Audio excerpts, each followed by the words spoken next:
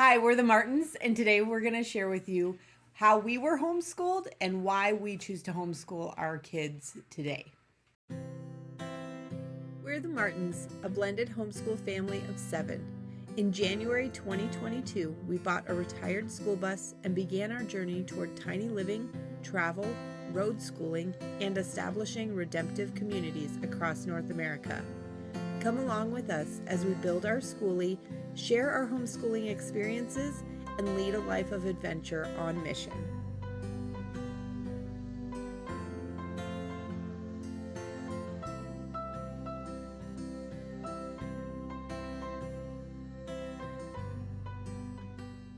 We were both homeschooled growing up. All the way through for me. All the way through for Robert, K through 12. Never stepped foot in a...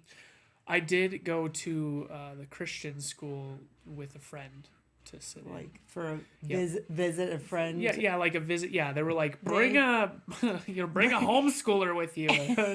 Try to socialize that sucker. And they did It's funny, they did homeschool things like build boats out of cardboard and race them across Canyon Lake. So I was like, I'm home. It's great. It was like show and tell day, and your friend brought a homeschooler. Yeah, it was great. They were like, here, this is my oddity.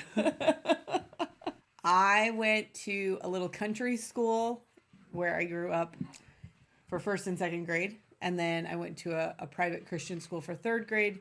And apparently I begged my mom to homeschool me, but I have no idea where I got the idea of homeschooling. So 4th through 10th grade, I was homeschooled. And then 10th grade, I begged to go back because I thought I needed a real diploma from a real school.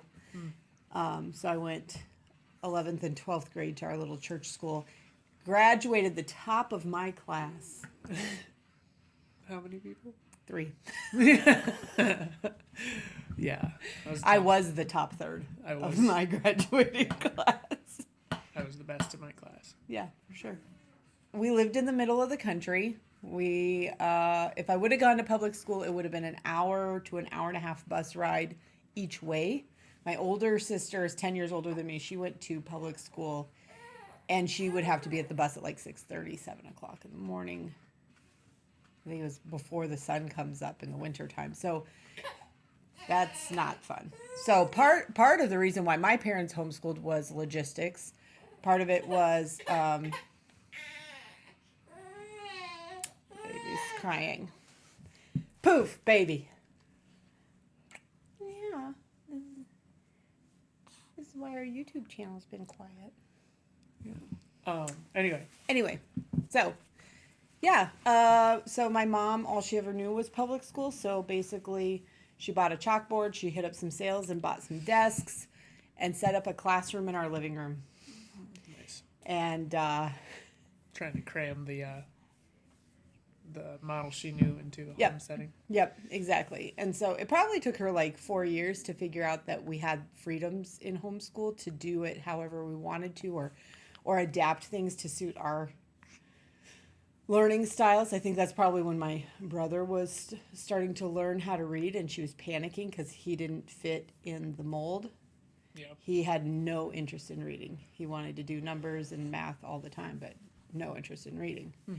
And so then she finally talked to some other homeschool moms and figured out, we can customize this journey, and it doesn't have to look just like the classroom. So then it started to shift a little bit. Yeah. So we were involved in homeschool communities. I remember printing screen printing T-shirts for. My dad had a side business doing screen printing, and so he would make them for the homeschooler groups and stuff like that. Track and field day, we'd be selling T-shirts. It was kind of fun. A little lesson in entrepreneurship and procrastination, because we'd be up till midnight before our track meet. Making T-shirts with Dad, trying to finish our quota. Nice. But yeah, it was very... Dad worked at home. Mom did the schooling.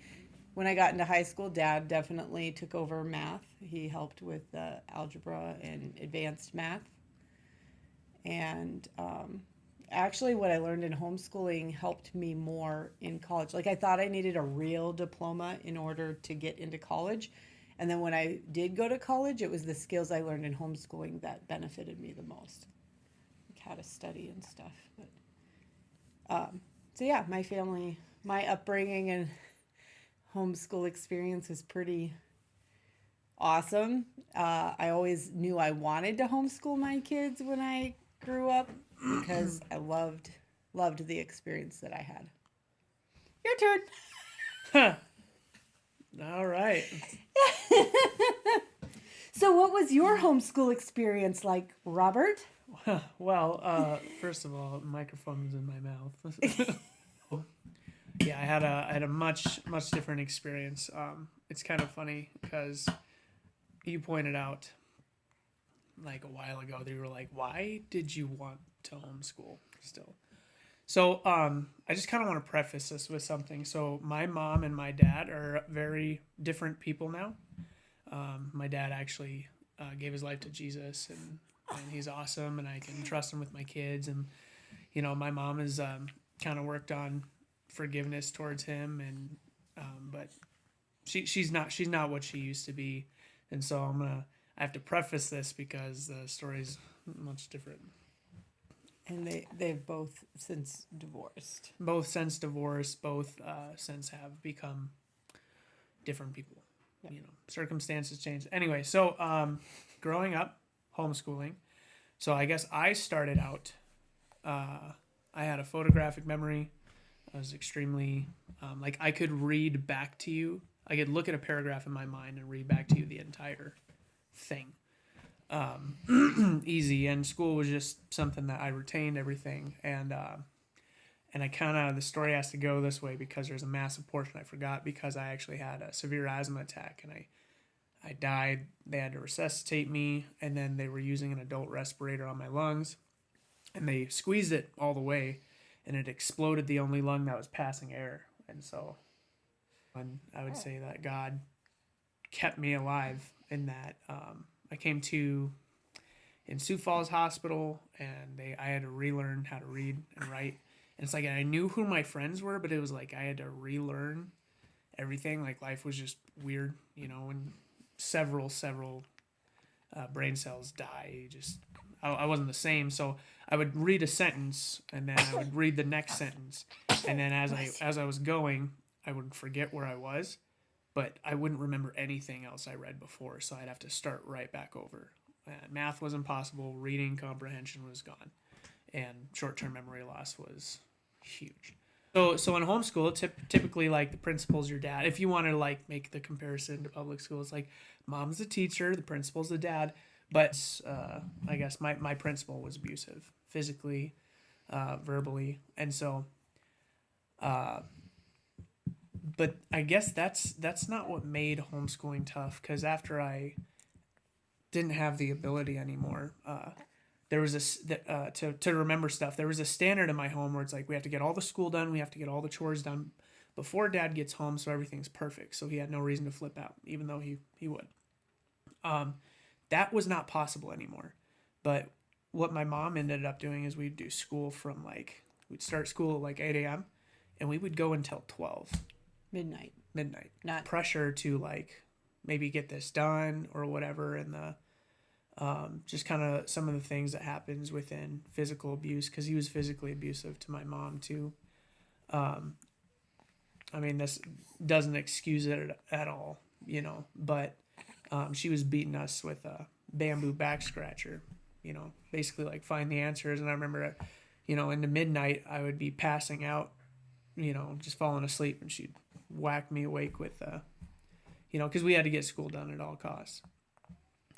And, if I wasn't doing something right, my mom was yelling at me. My dad would come over and just swat me a bunch of times without warning. If I put my hand in the way, I thought I was getting one swat. Well, then I got two more after that. So, Bless you. So my experience was horrible. Yeah. And I cheated the rest of the way through because I couldn't remember, and I needed to finish out or make it look like I finished out and survive. I'm still really pretty intelligent, even though in spite of all of that. Yeah. And I think I got up to Oh wow, algebra 2 or I don't know. Yeah. I don't remember exactly. But yeah, and my mom actually ended up checking out her hormones and finding out she had some imbalances and stuff. But I don't know. Yeah. Doesn't make it any easier, the experience that you had. Yeah, no, it doesn't. And so, why? I mean, okay. Yeah. So then when we met, I was a single mom. I'd already been homeschooling my kids for a few years. And that was like when we were dating, I think that was something I brought up pretty early on when things, well, maybe even when we were just friends. So it was like, Yeah. this isn't something I'm willing to compromise on. Like, if I can homeschool my kids as a single mom, making my own income, I most definitely am going to continue to homeschool when I'm married. And you were always like super supportive of it, really Yeah. encouraging. Like, there was no other Yeah, I wanted to option homeschool. in your Yeah. mind either. So I'm interested. Like, I had a great experience, and that's why I had a love of learning. That's why I wanted to homeschool my kids. I wanted to give them, and maybe in another video, I will share my testimony of how I started homeschooling my kids and why I decided to do that before we had even met. Before I But came in, yeah. I'm curious from you, with your experience, not having the great homeschool experience at all, why you wanted to homeschool. Yeah. Why you were on board Well, with that. actually, now I mean, just sitting here, this is like, we're all gonna find out together. But because it's like what, how, why would I experience something like that, and then still want to participate? And maybe one of the things was that I recognized the value in homeschool and the ability to get stuff done early, to work ahead, to have freedoms, to play outside more, because the reality is it's like we have assignments and we could finish all of those, So the benefits even outweighed. No, because like I said, most of my homeschooling experience, because I had the asthma attack when I was like 11 or 12, I think. something like that. So the rest of my homeschool experience was, I mean, before that it was probably dramatic in some ways, but after that it was like my parents almost lost their kids, hurt people. Medical system was questioning my parents and trying to blame them for stuff, and so maybe there was a lot of pressure, and I can't really relay to you what it was like before that, but after that it was definitely super traumatic, super abusive, and it's like, but maybe it just recognized the benefits and was able to separate. Like, my parents were abusive, but homeschool itself is not a bad thing. I know this question may get asked is, had you been in public school, could a teacher have recognized the abuse that was happening in the home, and maybe Pulled me out and put me in social foster home. services could have intervened, and Yeah. you could have been rescued from an abusive situation. Maybe I could have been. I think one of the realities is, and I'm glad you asked that, because one of the things I forgot about is my mom. Like, I wasn't stuck in homeschool. My mom was like, "Do you want to go to public school?" First of all, the people that we lived, like the place that we lived by, like, it was like this hierarchy of bullies and stuff, and I didn't tolerate bullies. I was angry. I was probably one of the scariest kids I knew at the time, just so angry. Yeah. And rightfully so. Flip out on people. Like, my mom was like, "Do you want to go to public school?" And it wasn't because of the people that were bullies, because I was like, I'll just beat them up. But the other thing was that I thought that I would come home one day and my mom would be dead, and I wouldn't have been able to, And is that true? I don't know, but that was a fear of mine, that it's like I wasn't going to be able to be there to protect and see, and that's not my job. But I mean, I guess I wouldn't trade what I had been through for anything. It sounds nuts, but so many people, I gotta share the pain and what Jesus, like, who I was and what Jesus did for me. So we were involved in churches and still nobody got involved. So I don't know why you would think that maybe it would have been different with, a public school.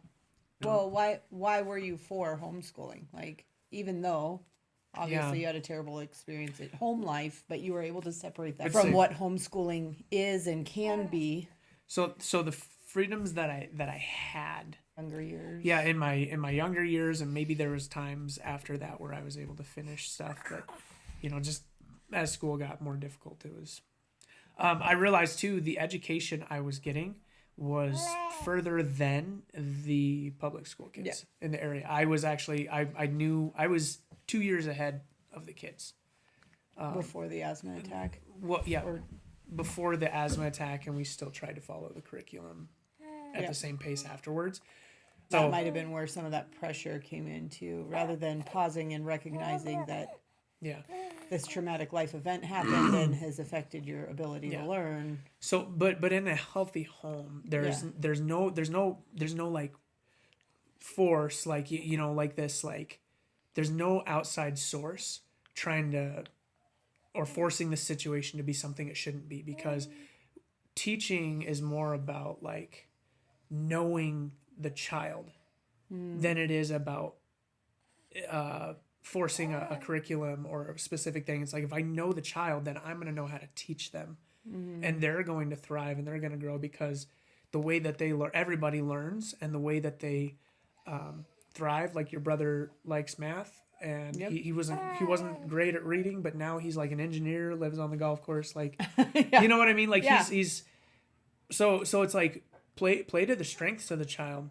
capitalize on them, and then those other things can get introduced and added in, and then that kid's gonna be what he's gonna be. And we could try to make him something else, but really homeschool is more so in a lot of ways, not for necessarily everybody, but geared towards, or at least for us, geared towards the child and who God made them to be. That's one of the biggest benefits, as I see it, for homeschooling is customizing the education to suit the child. Just like we customize, to some degree, discipline in our home. Some of our kids are more sensitive than others.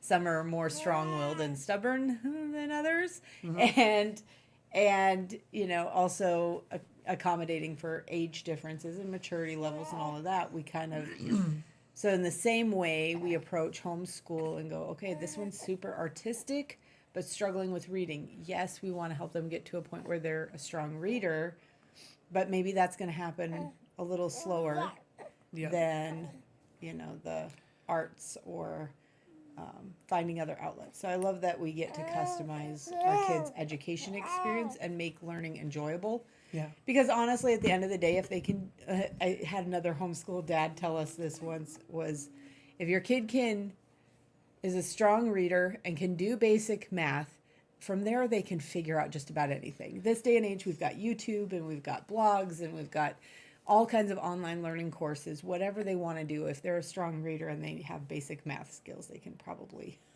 Not that that's my goal to stop there, but that's foundational.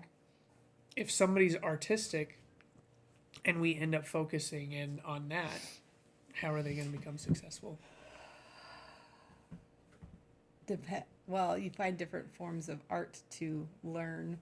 Use the art to learn other skills. Like Charlie is our most artistic dance, child. Physical, like drawing, paint, creativity. Anything in the arts. Just that creative mind. So because the thing is, we can go, oh, well, like, you got to have all these other things right first. And it's like, she is so creative.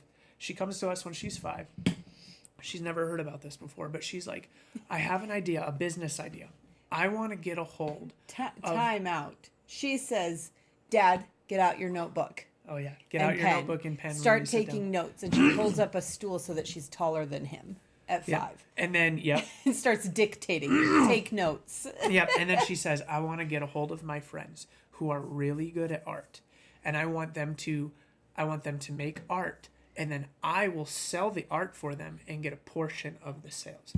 And we're like, that's I'm like, that's a thing. That's a thing. That's a successful, established business that you've never heard of before. And that 5-year-old came up with that idea. She's like, I'll get together all our friends that we know that have lots of money, and she listed off a couple of people Yes, we know. yeah, I forgot. Lots of money and lots and of they'll talent. buy the art, and then I get part of the money for connecting them. And I'm like, yeah, that's an art curator. you're an art curator. This is crazy. Like, Yep. she's always had very entrepreneurial, creative mind. So when I say she's creative, it's not just she likes to color pictures. Yeah. Look for the breadcrumbs to the bigger thing. Yeah. She's creative in the fact that she's an outside of the box thinker. She's always coming up with a new business plan. Why not let her try those things now as a kid? Why not let her open an Etsy shop and sell her jewelry online and then learn how to do math by running a business? She's not gonna make it to 16 before she has a business. Oh, for sure. Even the other day, she's 10 and she's like, "Can I mow lawns to make extra money this summer?" Yes, for sure. I'll invest in it. So I can buy things to fund my business ideas. I'm like, go for it. So, and that's the beauty of homeschooling. I love that she gets to experiment with entrepreneurship. That's amazing. And we have the freedom in our schedule to do that because we get our math and reading and curriculum stuff done first thing in the morning, and then the afternoon is for pursuing your passions, theoretically on an ideal day. Not every day is ideal. Yeah, exactly. But in public school, I mean, it's like the 9 to 5.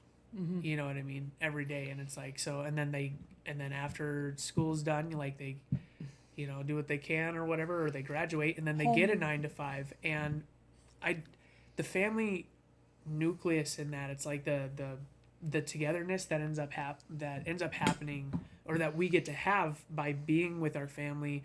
It doesn't work for everybody. Some people need both parents to work full time, and kids are being kind of raised or spending a lot more of their time in daycares and stuff. And it's like we have compassion towards that. We understand that, but like for us, we're blessed. We're able to do that, and so.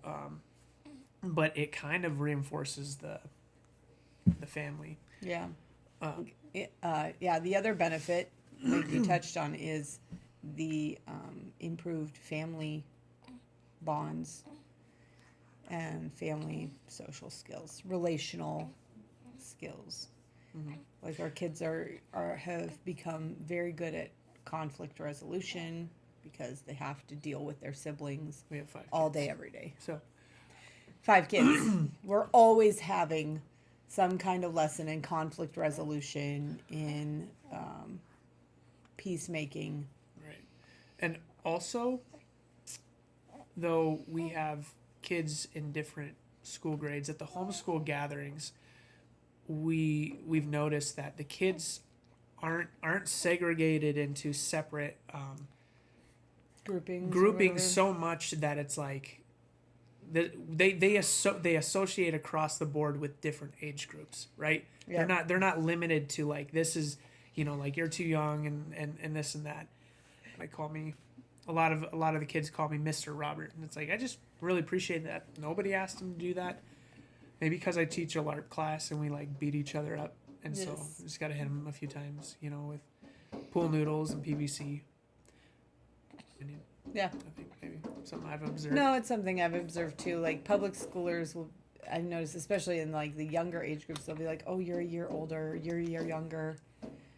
We're not the same age, we can't play together." Whereas homeschoolers, we kind of like collect in groupings, and you'll see older kids playing with littler kids, and teenagers grabbing a set of Legos to play with a group of younger kids. Like, they kind of end up just associating with whoever's there and making the most of any social situation, which I find it interesting because you get out of public school and then you go to work in the workforce. Whenever are you going to only associate with people that were born the same year you were? Outside of public school or a private school, whatever. It's kind of potato, but outside of education, there's nowhere else. You go to work in the workforce, you have to deal with people of all ages, those are the big ones why we choose to homeschool. Yeah. And lots of other little ones come up. Like, we get to choose what our kids are educated with. We get to choose what information they receive.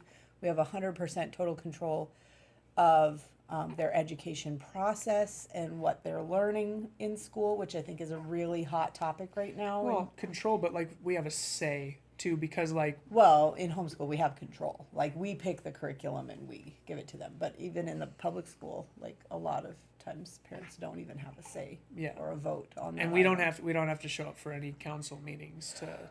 Well, this is a council meeting. Hi, we just fulfilled our. What do you Parent think teacher about what do you think council about meeting. this curriculum? And then we might, How is my might- child doing in school? yeah, is he thriving with this or is he not thriving with Yeah. this?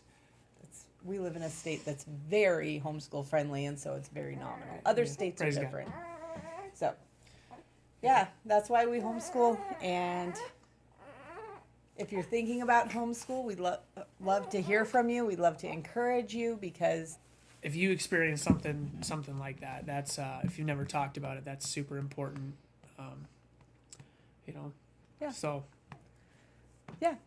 so this baby's hungry. Like, subscribe, comment, and hit that notification bell. we'll see ya.